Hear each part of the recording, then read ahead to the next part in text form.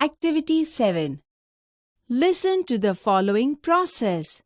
Materials: half-cut plastic jar, 2 screws, copper wire, 2 test tubes, dry battery cell or 6-volt battery and sulfuric acid.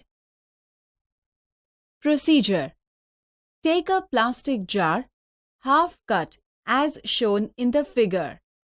Make 2 holes at the bottom. Fit the holes with the screws. Remember, there should not be any water leakage.